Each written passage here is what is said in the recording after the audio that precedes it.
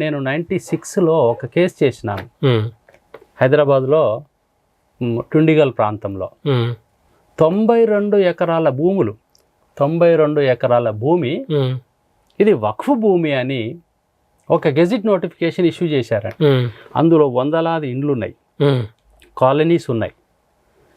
వాటి మన హైదరాబాద్లోనే మీరు చెప్పేది దుండిగల్ అంటే? నేను చెప్పేది దుండిగల్ అండి. ఇప్పుడు హైదరాబాద్కు 30 కిలోమీటర్ల దూరాన ఉన్న దుండిగల్ విలేజ్ ఇదే. ఓకే. ఇప్పుడు బహుశా మెదక్ జిల్లాలో ఉన్నది అది.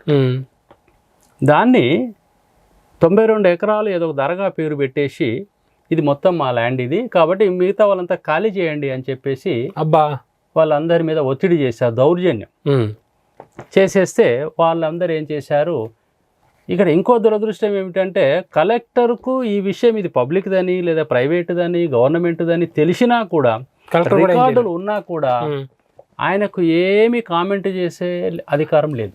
అబ్బా దాంట్లో విచారణ చేసే అధికారం అంతకంటే లేదు. ఇది ప్రభుత్వానిదయ్యా, వీడెవడో వక్ఫ్ బోర్డు వచ్చి నాది క్లెయిమ్ నాదంటున్నాడు అని ప్రభుత్వానికి నివేదిక పంపే అధికారం కూడా లేదు. దాంట్లో ఏమాత్రం పాత్ర లేదు, ఏమీ లేదండి.